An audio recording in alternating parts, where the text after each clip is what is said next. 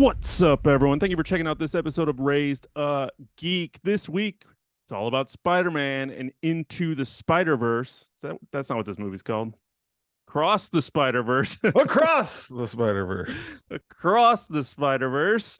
And why this movie might be the last time I ever go to the movies. Let's get into it. Ever. Let's get into it. I'm Chris. Here's my buddy Don. Let's move past that botched of an opening. Yeah, man, we can move past it. We are here to talk some Spider-Man, Spider-Verse. This time, not into, but across. First movie, he was getting into it. Now he's moving across it. It's a very subtle naming strategy. It's kind of like Spider-Man, like Homecoming, Far From Home, and No Way Home. Sometimes it's very easy to just forget which one's which. I mean, Homecoming I got, but those other ones, I'm like, what the hell was the second one called? Yeah, it's true. And this is one of those, we've had this conversation before about like sometimes when movies have long titles, what do you say when you go up to either like buy your tickets or tell them what movie you're there to see? Yeah. Like that happened when we were going to see this one. The lady was like, "Oh, what are you here to see?" Because like their scanner wasn't working for the QR code. Oh, okay. So she was like, "What are you here to see?" And I just said Spider-Verse. Like, I'll leave it at that. I'm not going to say Spider-Man Across the Spider-Verse, please. So Spider-Verse works. When they're ridiculous, I like to say them. I want to watch Birds of Prey, the Fantabulous, Harley Quinn, whatever the hell that movie was called. Yeah. Too long. I don't even remember, so I would have failed at it instead of just saying Harley Quinn, which most people said, even though that wasn't even the name of the movie. All right. I think eventually we're just going to call these like Into, Across, and Beyond. Since we know now that there is going to be a Beyond, but we'll see. I think we talked about that last week. I just Yeah. call them Spider-Verse 1, 2, and 3. That works too. Spider-Verse 2, because clearly I don't know what the names of these movies are. As I'm writing things down, I still didn't get it. But yes, we finally, a little week behind. We were kind of going off on, with finishing up Succession last week. Here we are, finally got to get to the movies. We did. I had a regular experience. I just went to the movies and everything was fine. But you've kind of been filling me in about your little adventure here, and you said there's a reason why you may never go to the movies again. I may never go to the movies again because I left the movie. It was like midnight. I went to like a 9:30 showing, and of course the movie didn't start till like 10. Nothing good happens after 10 o'clock. Right? So the movie doesn't start till like 10. So by the time it's over, it's like past midnight already. So I'm walking out to my truck, jump in, turn it on, and I see a bunch of weird lights, and I'm like, motherfucker. Because I've had this happen already once before, and I was like, someone stole my taillights.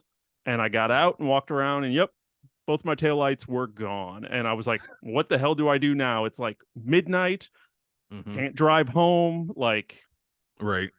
I mean, you could, but it's not safe. Not safe at all. Yes, not legal, probably either. Luckily, I still had the light above, like the upper brake light, so people could still see that I was stopping. I just didn't have access to turn signals. So, and because it was almost 1 a.m. by the time I headed home, there was no one on the road, so it wasn't too crazy.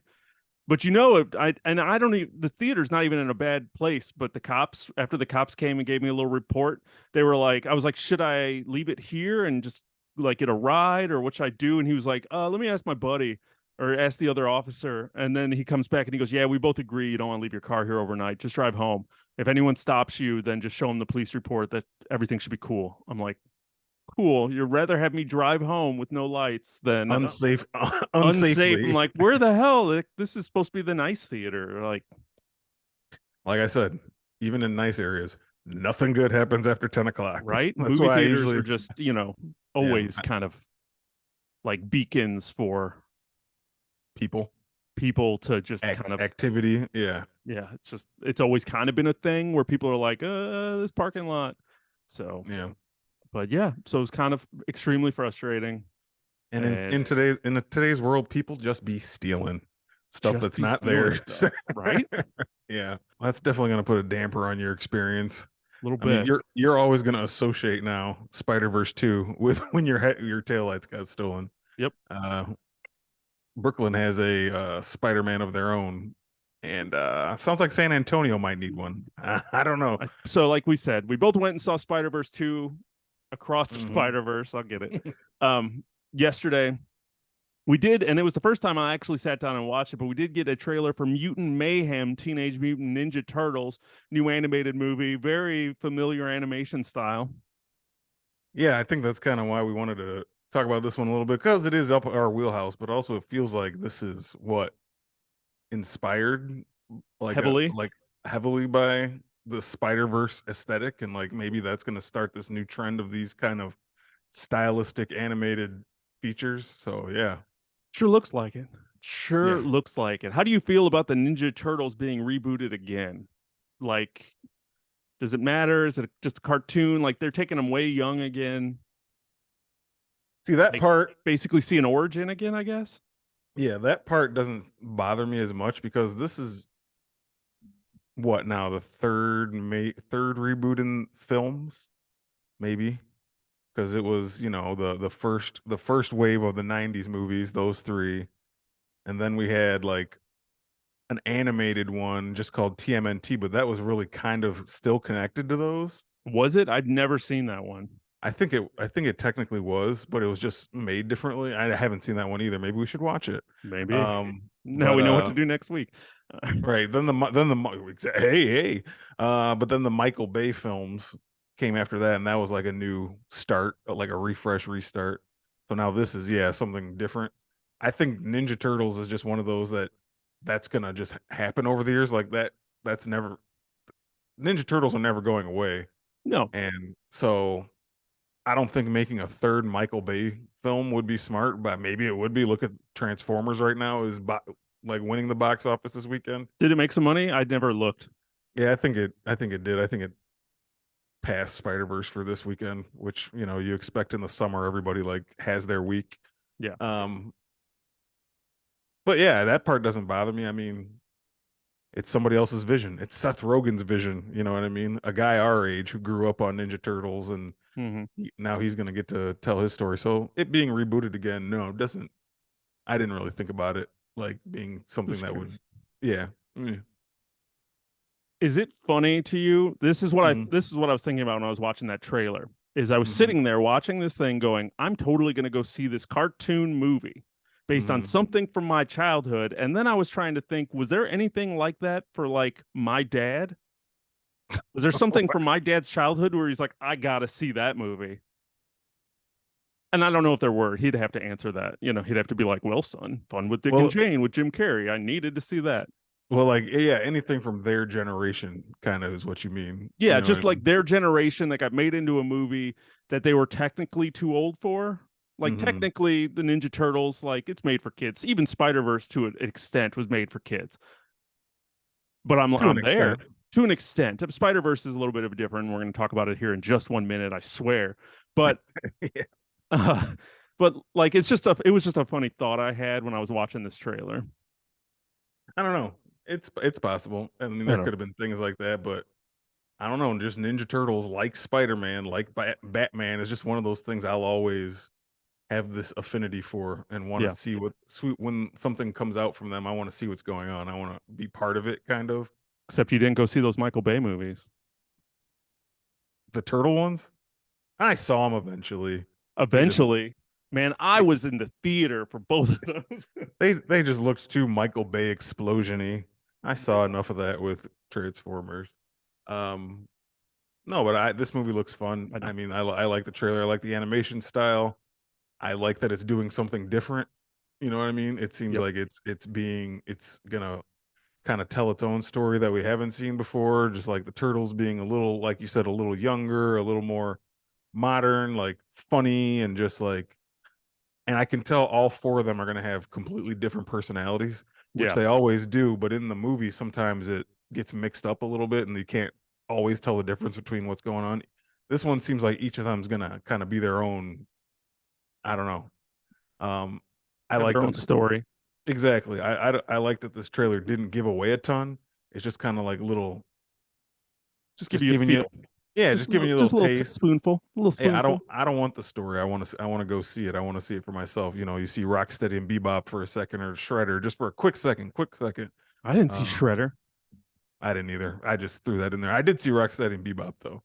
So yeah, I'm totally gonna go see it. Kids movie or not, I'm gonna see that in theaters. I'm not, because I'm not going to the theaters ever again. Someone's gonna steal my car before that. But anyway, Yeah. all right, Spider-Verse. People are like so tired of us right now. No, they love it. They love it. You'd love it.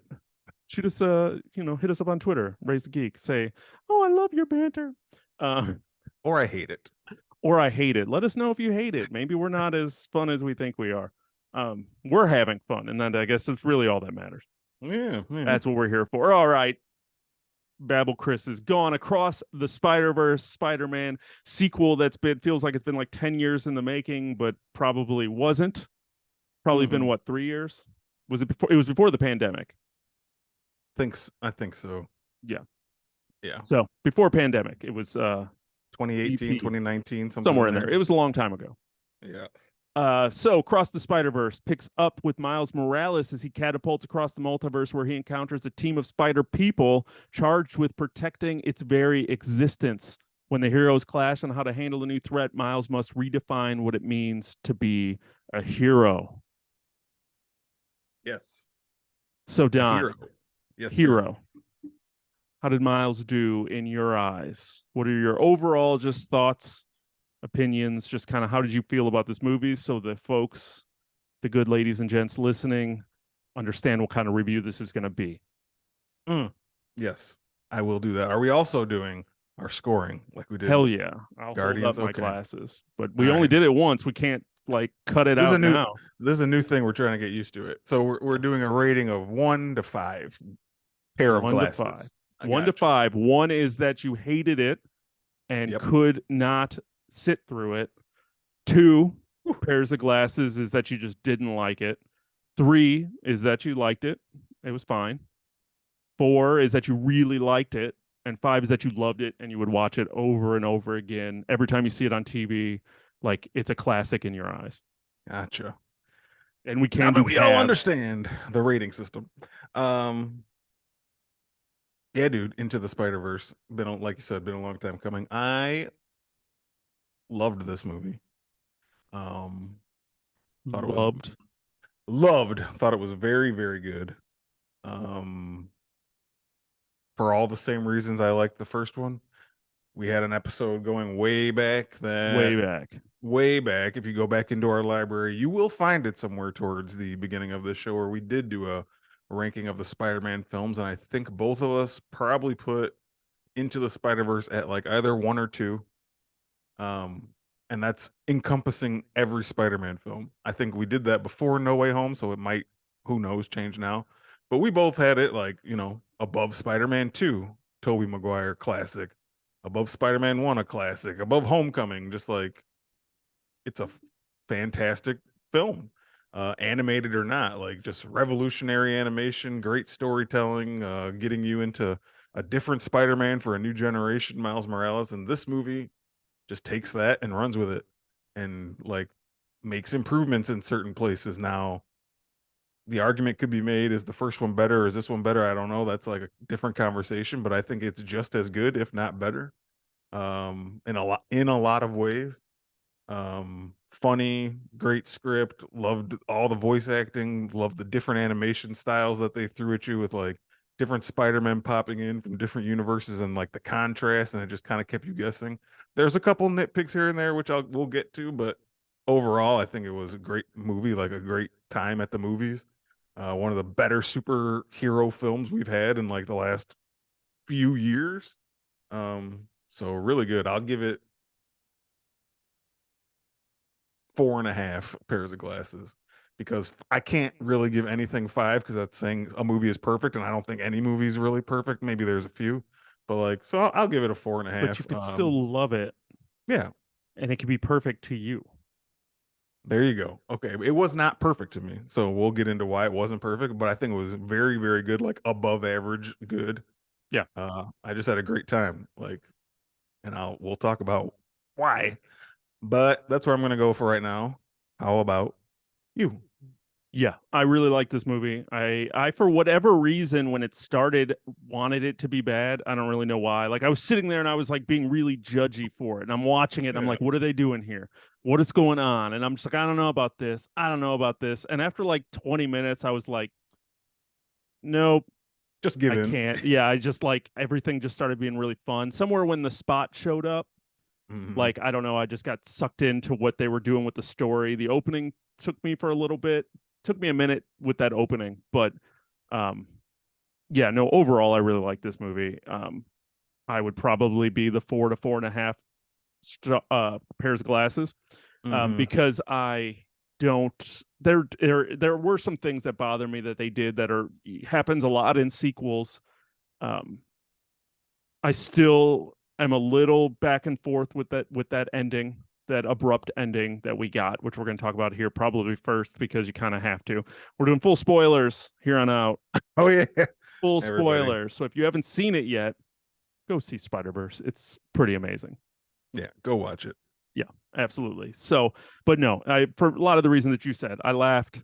I felt the emotion of things. I what to me makes it not be perfect is I did feel it was a little bloated. Mhm. Like it did not need to be almost 2.5 hours long. I did not need to be in the movies from 9:30 to 12:30, like 3 hours at the movies to see Spider-Man. Like that just shouldn't have happened. And there were plenty of I understand what they were doing, and there were a lot of scenes that could have been shortened up. They could have shortened up a lot of stuff with Miles's relationship with his parents. There were a lot of that stuff. I was gonna say his mom was in it a lot. Yeah, Like she had a lot of dialogue, more than I was expecting. yes. And I feel Uh-huh. like there were a lot of scenes that kind of got to the same point with especially like his relationship with his family. And I think you could have got there faster. Mhm. Even with Gwen a little bit, like, okay, we get it. Let's move on. And they just kind of kept going. And I don't, you can argue whether that added the emotional impact that you wanted it to have, but I feel like they did well enough with these characters, especially being a sequel and already knowing these characters, that I just don't think you needed to hammer that point home of how the parents and the family are argue, how they're getting along and what it's like to be a teenager and not understood and all of that stuff. So little things there here and there that make it just kind of like not a perfect movie for me. But no, it was really good. I enjoyed it. I'd probably do, like I said, about 4 pairs of glasses. There you go. I could probably, push it to the 4.5 if my tail lights weren't stolen. I just put a damper on the whole thing. I mean, it's kind of took those negatives and it amplified them. So give Yeah. me give me a couple days and I might be like, man, Spider Verse. I haven't had a lot of process time. By the end of this conversation, it might raise up just because this is the first time that I really stopped to think about the movie that I watched. So Sure. Sure. one of those things. But I want to talk about first thing, Mm-hmm. and as we said, spoilers. Last Mm-hmm. warning.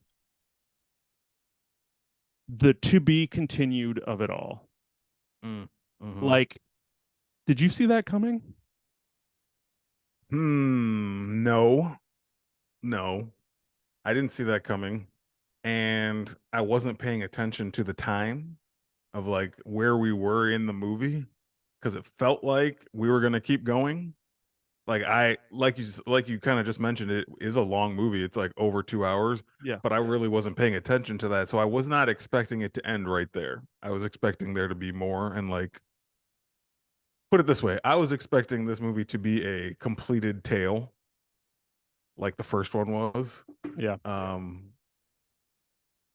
and it wasn't. It's now some people out there saying it's sequel bait, and that is somewhat accurate, but I don't know if it's just two parts of one movie, but I just wasn't prepared for it to be that.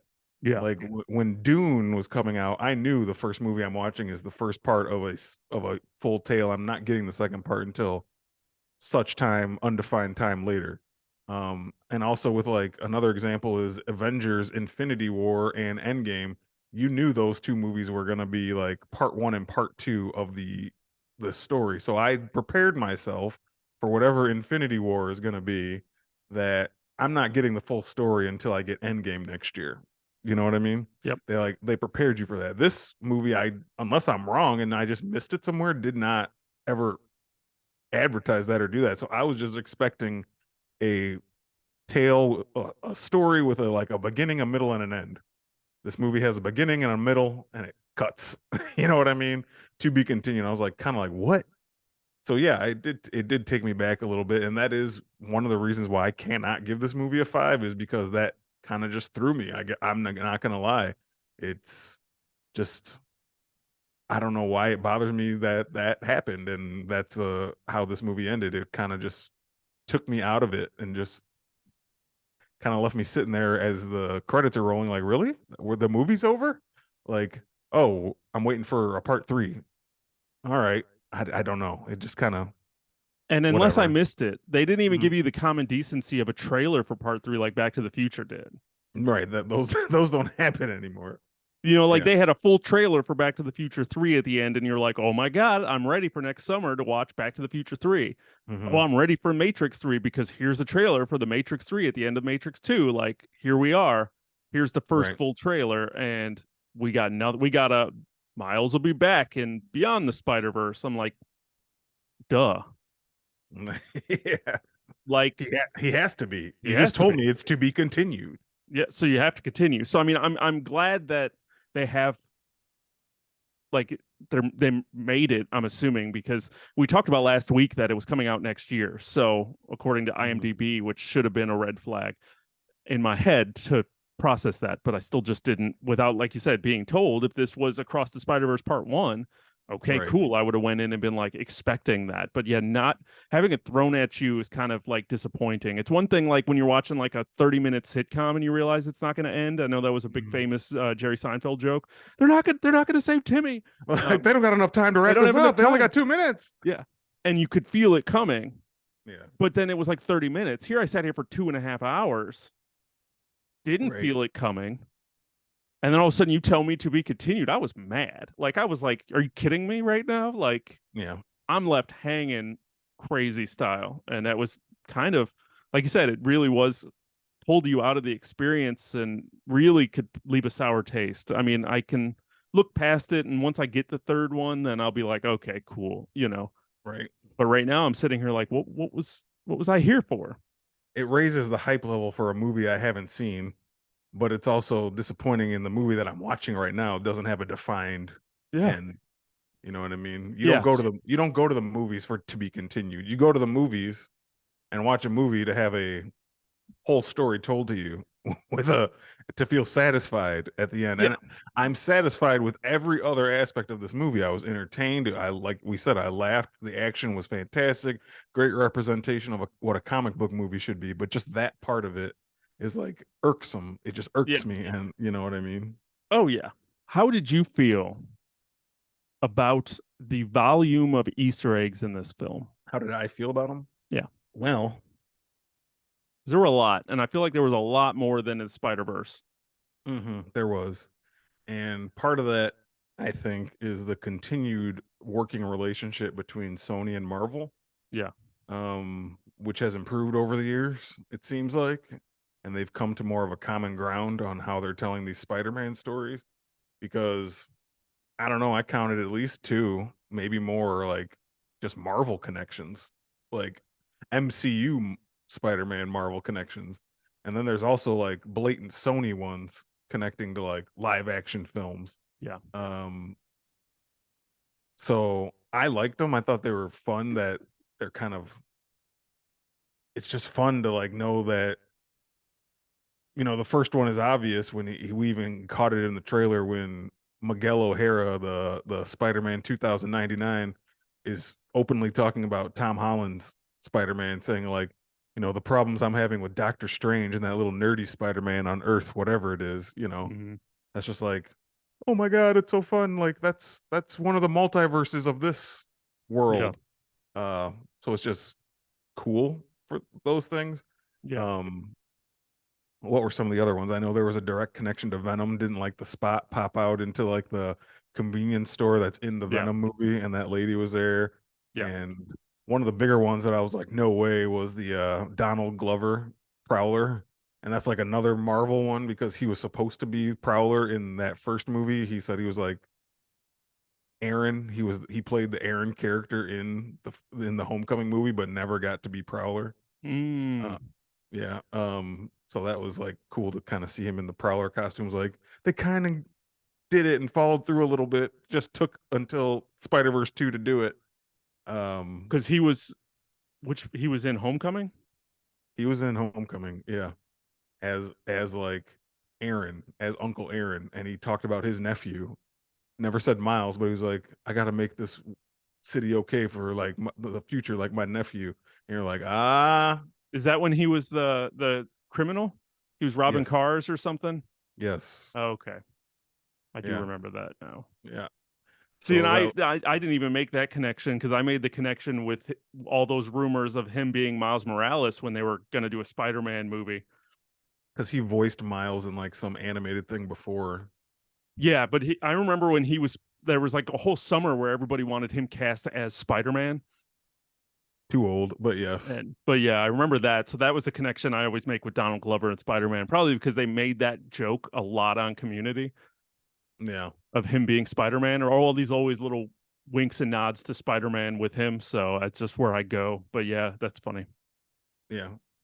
So that was That's cool, and cool. like we saw. Now I need one explained to me, and then you could tell me how you feel about the Easter eggs.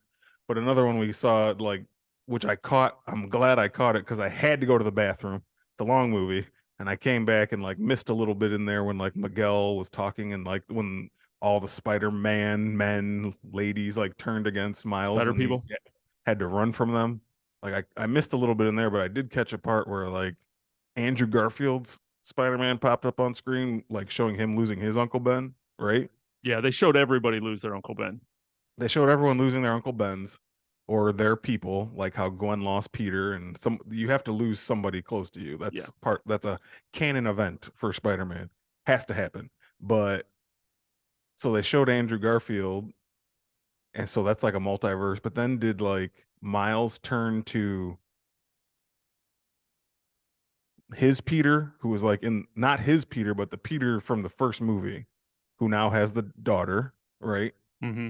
So after they watched Andrew Garfield, did he say something like, "I can't believe that happened to you"?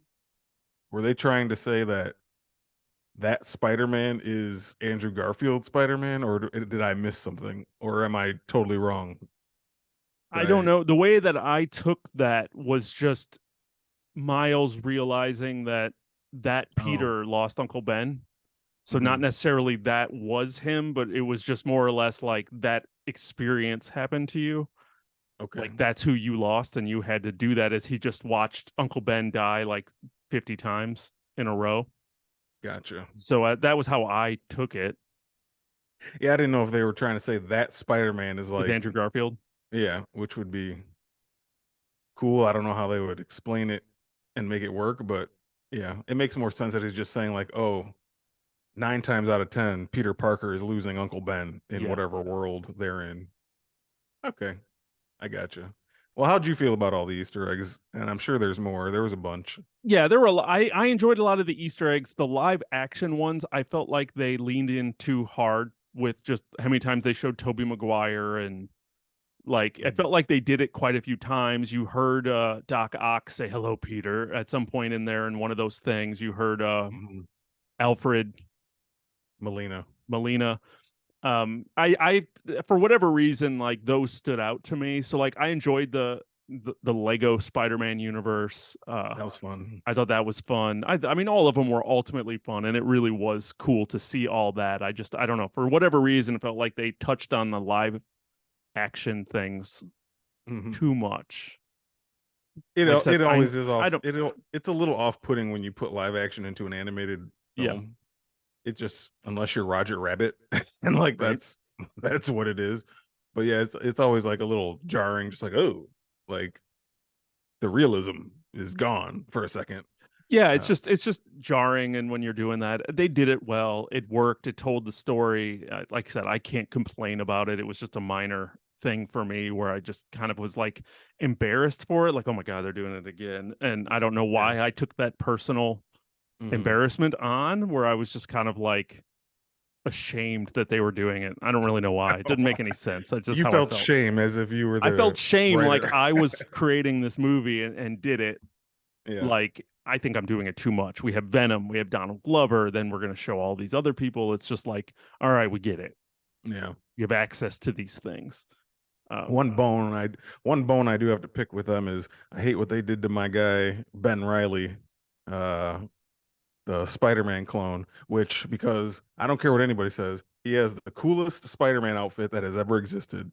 People have hated on the clone saga since it happened, but I will always hold a special place in my heart for the clone saga because that's when I started reading Spider-Man comics.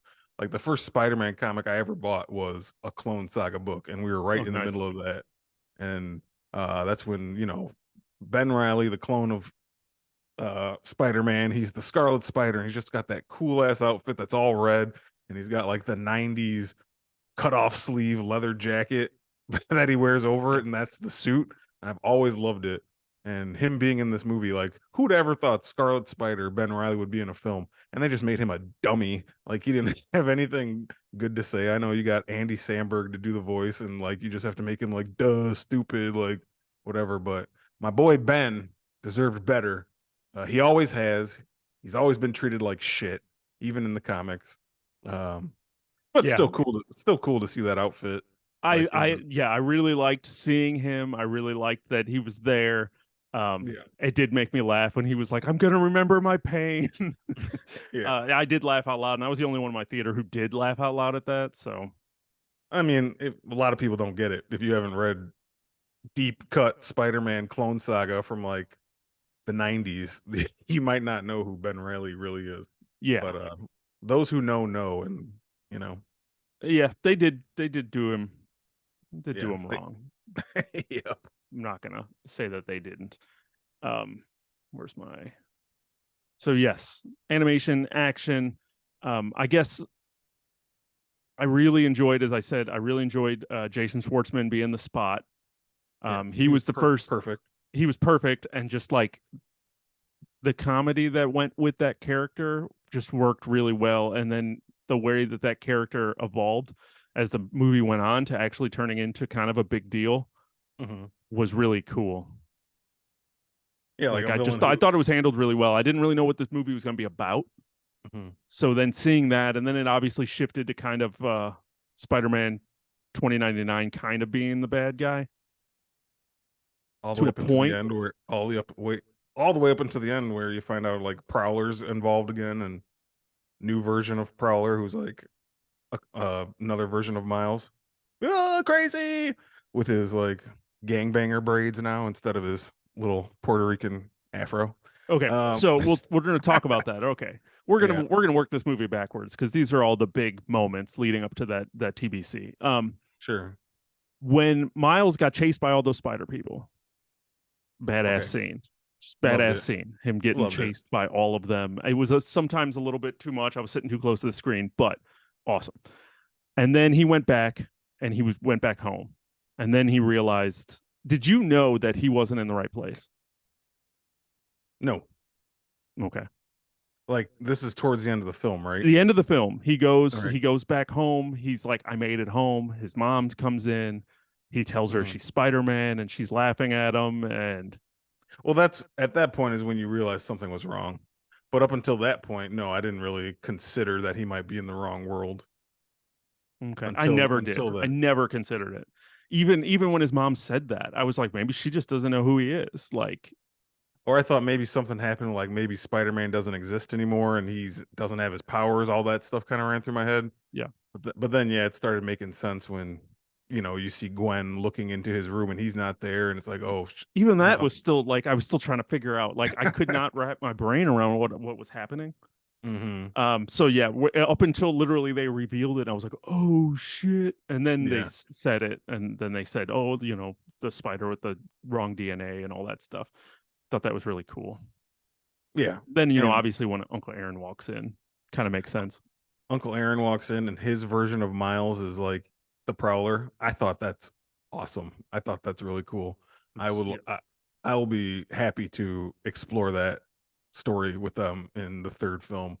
Matt, I have to wait for it. I thought we might get a little more, but that was cool. I liked that part. Yeah, I definitely didn't want it to end. Like, I was extremely invested in where we were at the end of that film. So to, like I said, have that thrown at me was very upsetting. Because like I said, I just wanted to know what was going to happen. I wanted to see more of that. I was there. Gwen was building her army. And it was when they were all of them were standing on that roof and they're like, we're going to get Peter. I was like, wait, what's happening right now? There's not enough time. There's not enough time. But yes, I thought that was awesome, but I did not see that coming. That was completely surprising to me. Well, good. That's well better. It's better when that happens, isn't it? 100%. Like when you can't telegraph an ending. Yes. So that's definitely a plus in my book, I would say. Also, yeah, this movie, I want to bring it up just before we move too far. We've been talking about Miles a lot, but like this movie almost is Gwen's movie too, isn't it? Yeah. So, I thought I like Spider Gwen as a character, or call her Ghost Spider or Spider Woman or whatever you want to call her. She's got a lot of names. I liked her ever since she first appeared in the comics, and she is a very recent character. Like along with Miles, they have not been around too long, right? But no, dude, like you were talking about how you didn't start feeling the movie until like the spot comes around, like Miles is whatever. The first 15 minutes of this movie is Gwen, like her with her band and her going through her kind of story and what's going on with her dad, Captain Stacy. Like I loved all that stuff. Like I thought I was like not like feeling emotional, but I was just like, this movie's starting off really strong for me. I don't know if it's just because I like the Gwen character so much, Spider Gwen, but yeah, just I think almost as much her movie as Miles, and I think she kind of deserved it. Like she's as interesting to me as he is in a way. So yeah, I just general feelings about the Gwen character in this film. No, you're 100%. I enjoyed her arc. My thing with the opening of the movie, looking back at it, yeah, it was awesome. My problem was I had in my head I was paying attention to the sound mixing because I kept hearing the complaints about the sound mixing, and my theater was really quiet for that opening, and I felt like it shouldn't have been, and there were portions of it that I couldn't hear, and I went to a Dolby Atmos. Like I paid the premium to make sure I didn't run into that problem, and still felt like it was there, or I was manifesting it in my head. Maybe because they sent out a new version for this second weekend. Like they were aware of those sound problems. I read somewhere anyway. Yeah, and like I said, it might not have been anything, or it might have just been toned down a little bit. So they just kind of brought it down. To me, like I said, it was just really quiet compared to normal, and where even the movie went. So that opening, I don't know what it was with that opening, but I mean, distracted. Yeah. I was distracted. But the overall story that they told, the animation, the music, yeah, it was all great. I enjoyed all of the Gwen Stacy stuff, and just that idea of with her dad, Captain Stacy, hunting her down. I really didn't know her origin that much, and I didn't remember if they talked about it in the first one too much. But yeah, I felt like, to me, she had the emotion. She carried the emotional weight of this film more than Miles. Miles, to me, and it's a lot of problems that you just run into sequels, and it's probably just me being a 40-year-old man, and not having kids. I think that hurts to an extent because there's certain emotions I don't feel. But I think, like, I always run into that whole thing with teenagers just being stupid because they won't listen. And Miles suffers from that heavy. Like, he has lots of people in this movie telling him shit, and he's like, fuck you. I'm going to do what I want to do, even if it destroys the universe. And I was like, I was sitting there like, I want him to fail at the end of this movie because he was pissing me off. Just because he wouldn't listen to anybody. And I'm sure it's going to all work out in the run, and they're teaching kids. Right. Not to listen to people, because it always works out in the movies. They're not teaching kids. Trust me, kids already know that.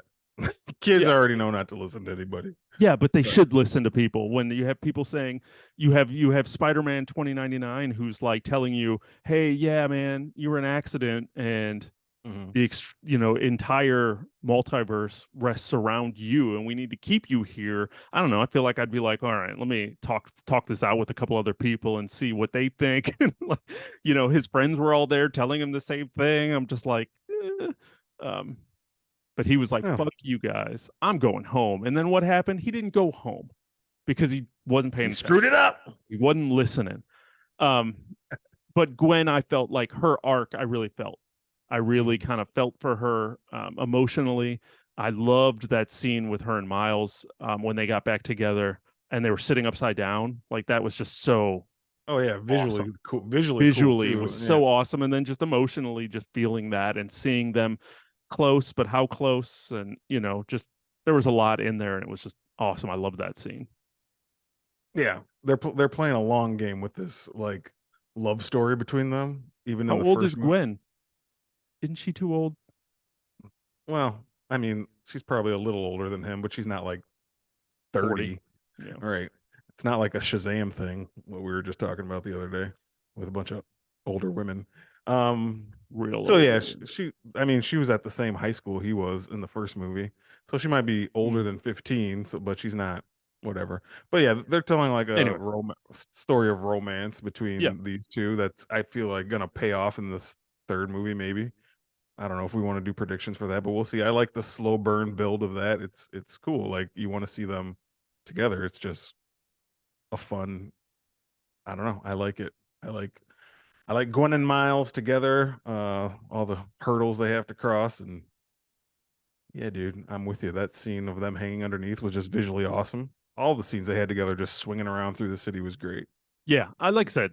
I mean, I might have little complaints, but everything worked well in this movie. And like I said, I have the recency bias a little bit that some of it might even work better than in the first one, because everything was established already and they could just kind of run in and really do stuff. And like you said, spend the time to dig in with Gwen a little bit more and really like build her as a character a little bit. Took their time making Miles annoying, all the Yeah. You hate Miles. You hate Miles. It's funny. I don't hate Miles. It's funny when you can it's cool when you can kind of just hop into a quality story with, like we said, bypassing the origin. Yep. Like when a sequel is good and it can do that, that's when I really enjoy it. Cause like, we don't got to spend the first hour getting to know how Miles got his powers again. He's already got them. Let's just get into it. I sometimes don't even like origins, even if I don't know the origin. Right. Like I'm just like, you know what? I get an origin movie. I understand what an origin story is now. I don't need it anymore. Just like how many times can we watch Bruce Wayne's parents get murdered? How many times can we watch Ben Parker die?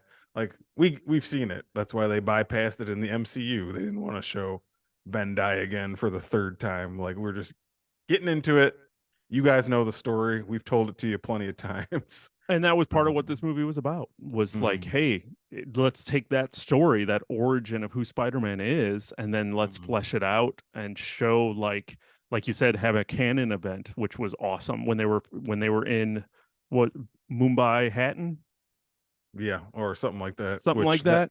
That Spider-Man is hilarious. That guy. Yeah. I love that scene. I was laughing, dude. Like, I think he's voiced by the same actor who's Dopinder in the Deadpool movies. Yeah, he was. I had to look it up because I was like, I know that voice. I know that voice. Yeah, no, that was all great. And then to see even this kind of just like almost fun, lighthearted, Spider-Man kind of all of a sudden get turned into like, here's his moment where shit's about to get real. Dark. And then it didn't, because of Miles interfering, which was awesome. And then like I said, as they put that together, because I once again was trying to figure out where they're going and what are they doing, and I knew there was a canon event. They said it, so I'm thinking, okay, this is a big deal, but how big of a deal is it? And they made it a big deal. Yeah, I love how like meta the story is. Like every Peter needs to have his moment like that. They told us, and to us it's just something that happened in comic books or something in a movie. But like, no, all these different worlds for everything to be right and for things not to go wrong, it has to happen. It's just a fun little way to play with this iconic moment in Spider-Man history. Right. Yeah. Now, and this might start to get a little Back to the Future-y of trying to understand how stuff works. So 2100 gigawatts. So, and this is going to be like, I guess, a story breakdown. Miles wasn't supposed to be Spider-Man. He got bit by another universe's spider. That's what they kind of said. Yes, that's what they said. So then he doesn't have a canon event because he wasn't supposed to be Spider-Man. Okay. Right? Wasn't his, but they were making it seem like his dad was going to be his canon event and he was going to fight it. Right. But wasn't his Uncle Aaron his canon event in the first movie? Possibly. Yeah. I guess you could say that, but maybe not because that was like a villain, but it also was a family member. That part's a little weird. Maybe it's just like, who knows, because this world, Miles's world, is the only world that did have two Spider-Man. Like his world had a Peter who was Yeah. already a Spider-Man. Then he became one because like we just said, a spider from another universe got into his universe on accident. So in no other universe is there two. You know what I mean? So things are just kind of muddled up. I don't know if he's supposed to have his canon event or he was worried about it, saying, "Yeah, my dad's going to be captain," and it's either Uncle Ben dying or like A police captain. Yeah. captain dying. Well, because So he was yeah. having flashes of it. So it was like, this is going to happen. Mm-hmm. But then I didn't understand how he would get a canon event. Maybe it's something they'll explore more and beyond. Maybe. Like I said, I was just trying to figure out where they were going with this whole thing. And for whatever reason, I was once again allowing myself to be confused. This movie is also very kind of confusing. I mean, it's for kids, but like, I don't know how kids are following all this shit when I can barely do it, and I've got a somewhat smart brain sometimes. So it's animated Spider-Man, and fun, it is, and it's still yeah, confusing. it's animated and fun and flashy, but it's also still like you got to think about a lot of things, No, like it's doing dense. math in my head. Yeah, It's dense. There's a lot going on. There's a lot of emotions, a lot of feelings, a lot of feels going on with this movie. So yeah, it's definitely. I feel like it's heavy for kids. I mean, I'd watch it for the bright colors, but then I'd watch it again as an adult and be like, "Oh shit!" It's like watching the Muppets. You know, you want as a kid, you're just laughing because they're puppets, and you watch it as an adult, and you're like, "Man, they were saying some raunchy shit." right. Like the Shrek movies, Yeah, making like sexual jokes and shit in Shrek. Like kids just want to see the big green ogre. Yeah. and they're just laughing at the voices. Yeah. Did you get a trailer for My Little Kraken? What? Or the Yeah, Kraken one? Yeah, it's like a DreamWorks movie. What was that movie? I watched that whole trailer and I had no idea what was happening in that trailer or what that movie was about. I don't know. Okay, I'm just it just looked like an octopus fighting mermaids. Yeah, going to high school then like Yeah. that was a weird ass trailer. Some Kraken movie. Kids watch weird shit, man. They do. Kids watch weird shit. So, where do you think this ultimately is going to rank for you? Like you said, we put the first Spider-Verse like 1 to 2. Does this, I mean, and it's in the advertising, best Spider-Man movie ever. How do you feel about that statement? And we'll, coat this with a heavy dose of recency bias. Yeah, it does. It definitely does have recency bias. We just watched it, and it's hard because we ranked Into so high, and this is the sequel. Did it surpass it? These are the questions you have to ask yourself when you're judging the thing. Is it better than No Way Home? Are we putting all the Spider-Man movies in this? I will say it's pretty damn high, but it's so hard to place it just because to me the way it ended. Yeah. It's going to be hard to judge this movie without seeing Beyond. And then after that's done, maybe you take all three of them and say that's just that one story. Is the Spider-Verse story the best thing to ever come out of Spider-Man? I think that's kind of going to be the way that we have to judge it. This is a piece. This is like a half of Across the Spider-Verse and Beyond the Spider-Verse are going to be like one long 5-hour movie. Yeah. That's just what it's going to end up being. Yeah. So it's very hard to judge. I loved what I saw. I was entertained from beginning to end. But I was left feeling with an emptiness at the end of it. So I can't answer that question right now. So when we talk about Beyond the Spider-Verse in a year, then get back to me and I'll tell you if Spider-Verse is the best thing to ever happen to Spider-Man movies. And then I might be able to answer that question, I guess. Yes. I agree. I'm not even gonna try to say it better than that. Yeah, it's hard because that's 100%. It was a great movie, but and that's pretty much where we're sitting until we get to next year. A couple quick takes that I loved seeing in this movie of some of the costumes coming from the Insomniac Spider-Man game. I loved Punk Spider-Man being in here, even though I didn't know what he was saying half the time because he was super British. With that Cockney accent, I had no idea what he was saying half the time. Needed subtitles, but loved that character. I played most of that game in that costume, so big shout out to Punk Spider-Man and just his role of just being that anarchist and how he was really feeling stuff. I just thought that was all great. His animation was cool. Like I was just down for that. That was David Kaluuya too from Get Out. Yeah. And it's awesome. Like he can like hop back and forth between the way he really talks, which is that British accent, and like how he talks in Get Out and Nope. Yeah. No, that was just I really loved that character and glad that he got something. And did you see that Miles, his roommate, was playing that Spider-Man game? Yes, I loved that.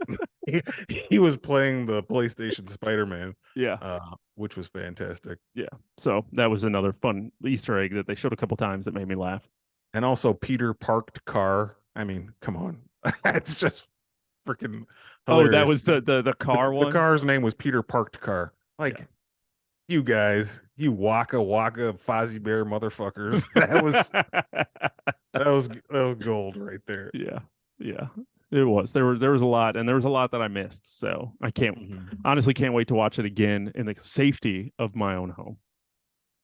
Hopefully your taillights do not get stolen on your next viewing. If it does, sending this movie to hell. And I will not see Beyond because I might not survive. I know. Take an Uber to that one. I don't know. Be nervous. What'll happen?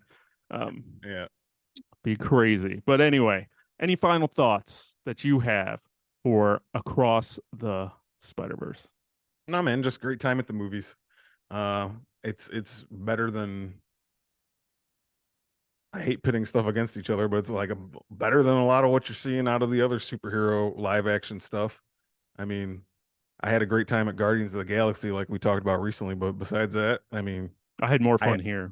I had more fun here than most of the superhero stuff I've been watching. And we love superhero media. And this is just funner than that. It's just kind of like reading a comic book. You're watching it, and the action and the music and the dialogue and just how it looks and how it feels. It just feels like what a comic book fan who loves Spider-Man would want to see. And it's not even featuring our Spider-Man growing up, Peter Parker. It's featuring all this new stuff, which is great for a new generation. The new generation, to them, Miles is going to be Spider-Man, which I think is fantastic.